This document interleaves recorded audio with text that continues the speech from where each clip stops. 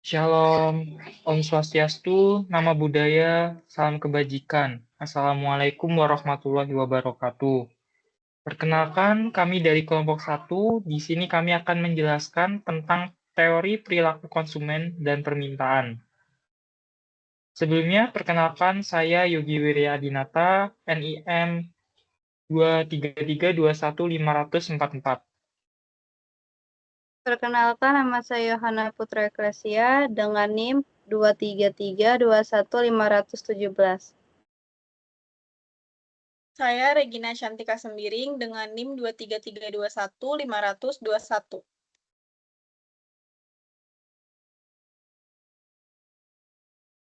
Baiklah, untuk selanjutnya akan dilanjutkan oleh Yohana. Latar belakang.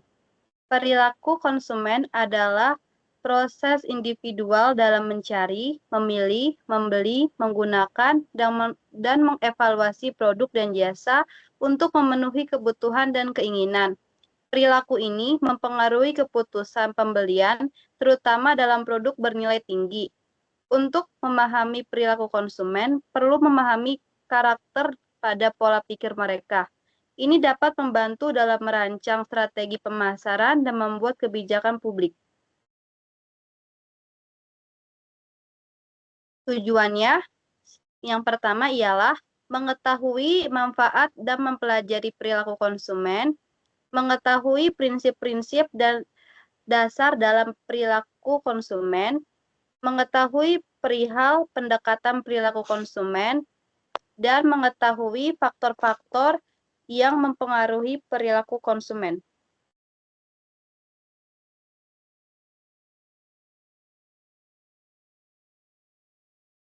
Selanjutnya, kita akan masuk ke pokok pembahasan dari materi kita. Yang pertama ada pengertian dari konsumen itu sendiri. Konsumen merupakan orang atau sekelompok orang yang menggunakan barang atau jasa untuk keperluan dirinya sendiri, keluarga, masyarakat, dan bukan untuk diperjualbelikan kembali. Artinya, konsumen adalah orang yang mengambil nilai manfaat dari barang atau jasa tersebut. Lalu ada manfaat dari memahami perilaku konsumen. Yang pertama, dapat menarik konsumen untuk membeli produk yang dipasarkan. Yang kedua, mengurangi risiko pada bisnis serta dapat memprediksi tren yang ada di dalam pasar. Ketiga, membantu mengetahui mana produk yang masih dibutuhkan atau mana produk yang masih diinginkan, lalu mana produk yang sudah usang. Yang terakhir, membantu membuat strategi pemasaran dengan baik. Baiklah, untuk selanjutnya yaitu pendekatan perilaku konsumen. Bisa di next.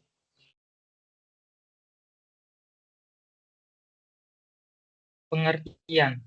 Pendekatan kardinal adalah salah satu cara dalam menganalisis perilaku konsumen berdasarkan asumsi bahwa tingkat kepuasan pelanggan atau konsumen dapat diukur dengan satuan nominal tertentu seperti uang, jumlah atau unit, secara kuantitatif.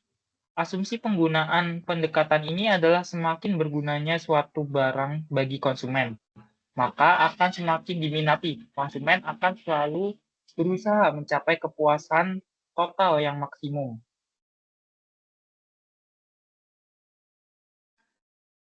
Konsep dasar. Yang pertama ada utility. Adalah kepuasan yang diperoleh dalam mengonsumsi barang dan jasa. Kedua, total utility. Adalah kepuasan total dalam mengkonsumsi sejumlah barang dan jasa. Ketiga, ada marginal utility. Adalah tambahan kepuasan yang diperoleh dalam menambah satu satuan barang atau jasa yang dikonsumsi.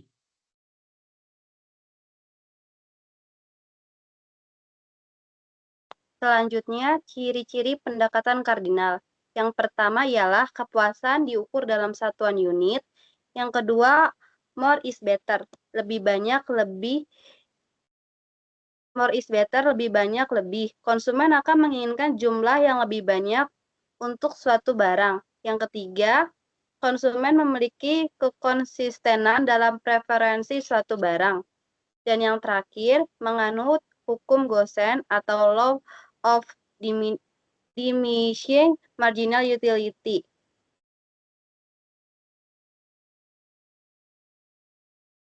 Fungsi pendekatan kardinal ada 3. Yang pertama ialah memudahkan mengukur nilai daya guna dari sebuah konsumen. Yang kedua ialah memberikan informasi mengenai perilaku konsumen yang menggunakan produk. Dan yang ketiga ialah alat untuk menilai tingkat kepuasan konsumen yang menggunakan produk.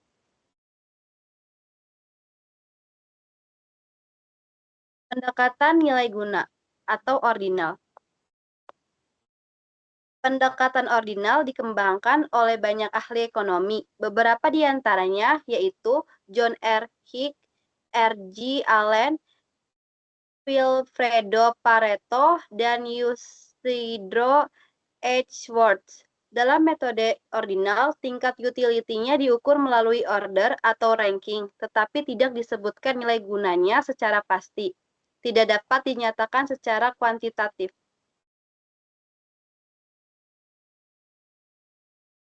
Selanjutnya ada asumsi dalam pendekatan ordinal.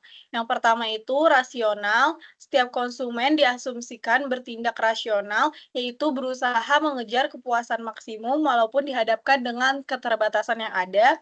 Yang kedua, utility is ordinal. Merujuk pada asumsi tersebut, kepuasan tidak dapat diukur, tetapi hanya bisa dibandingkan atau sifatnya bertingkat. Selanjutnya ada prinsip-prinsip dasar dalam perilaku konsumen. Yang pertama itu kelangkaan dan terbatasnya pendapatan. Adanya kelangkaan dan terbatasnya pendapatan ini memaksa orang menentukan pilihannya agar pengeluaran senantiasa berada di anggaran yang sudah ditetapkan mereka. Yang kedua, konsumen mampu membandingkan biaya dengan manfaat. Jika dua barang memberi manfaat yang sama, konsumen akan memilih yang biayanya lebih kecil atau lebih murah. Di sisi lain, bila untuk memperoleh dua jenis barang dibutuhkan biaya yang sama, maka konsumen akan memilih barang yang memberi manfaat lebih besar. Yang terakhir, setiap barang dapat didistribusi dengan barang lain. Dengan demikian, konsumen dapat memperoleh kepuasan dengan berbagai cara.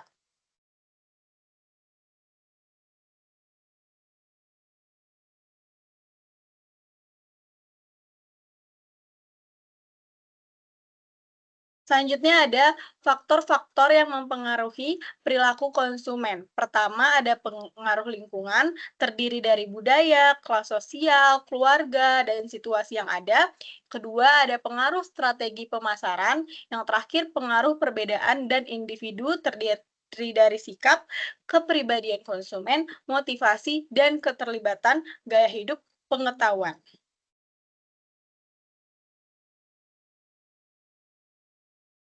Selanjutnya yaitu teori permintaan.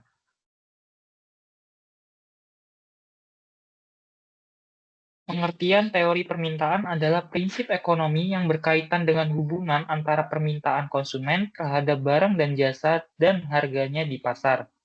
Teori permintaan menjadi dasar kurva permintaan, yang menggabungkan keinginan konsumen dengan jumlah barang yang tersedia. Semakin banyak barang dan jasa yang tersedia, permintaan menurun dan harga keseimbangannya juga menurun. Faktor-faktor permintaan suatu barang. Yang pertama, ada tingkat pendapatan seorang konsumen. Yang kedua adalah selera konsumen. Yang ketiga, banyaknya konsumen. Keempat, harga barang lain. Dan yang kelima adalah periode waktu. Tingkat pendapatan seorang konsumen. Apabila kita berhubungan dengan barang normal, kalau pada suatu saat tertentu pendapatan konsumen naik, maka kurva demand atau permintaan akan bergeser ke kanan.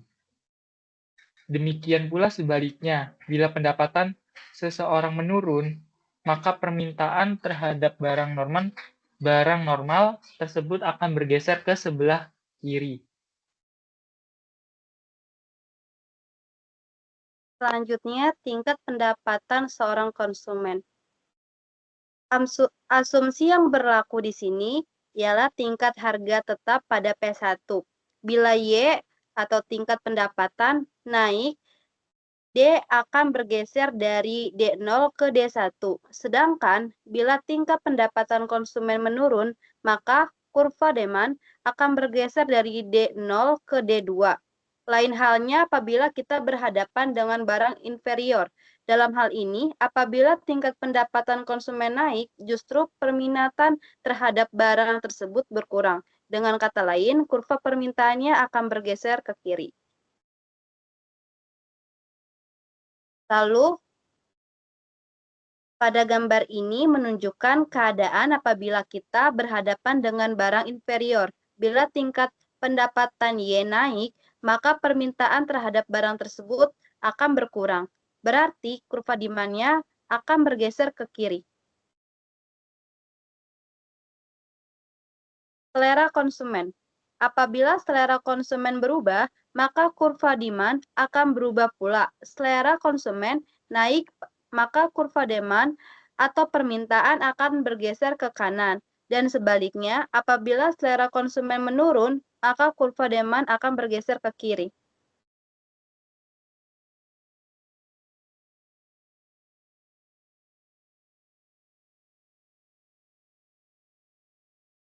Harga barang lain. Yang dimaksud harga barang lain di sini terutama adalah barang yang ada hubungannya dengan barang tersebut. Apakah mempunyai hubungan substitut atau komplementer.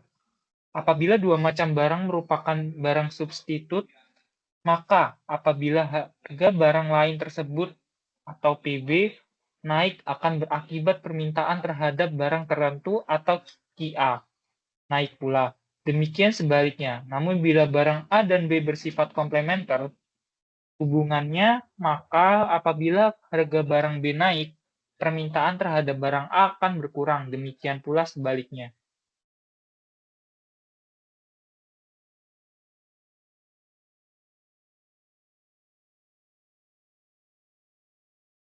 Jumlah konsumen. Apabila jumlah konsumen berubah,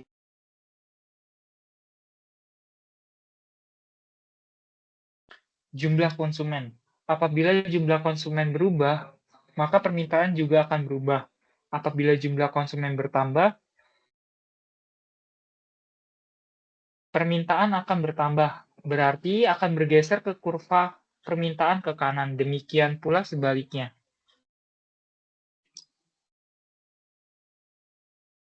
Selanjutnya ada periode waktu. Apabila periode waktu berubah, maka permintaan pun sering berubah pula. Dari uraian tentang ceteris paribus di atas, maka dapat disimpulkan bahwa permintaan akan barang tertentu, misalnya barang A, akan merupakan fungsi dari harga barang itu sendiri, tingkat pendapatan konsumen bersangkutan, harga barang lain, selera banyaknya konsumen, dan jangka waktu tertentu. Yang terakhir ada analisis permintaan. Pada modul ekonomi mikro pasar tahun 2017, Pos Masari Guna JK menjelaskan mengenai analisis permintaan yang menurutnya terdapat perbedaan pengertian antara permintaan dengan jumlah komoditas yang diminta. Sebagai berikut. Pertama, permintaan didefinisikan sebagai jumlah barang maupun jasa yang ingin dibeli oleh konsumen yang berbeda pada tingkat harga tertentu selama periode waktu tertentu.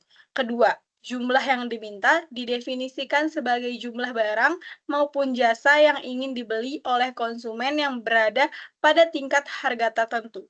Jumlah ini sendiri mungkin tidak persis sama dengan jumlah yang pada akhirnya dibeli oleh konsumen.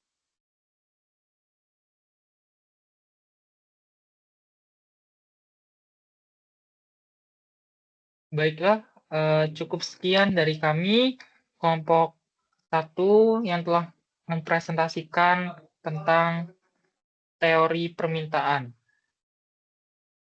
Apabila kami ada kesalahan kata maupun perbuatan, mohon dimaafkan. Terima kasih sebanyak-banyaknya.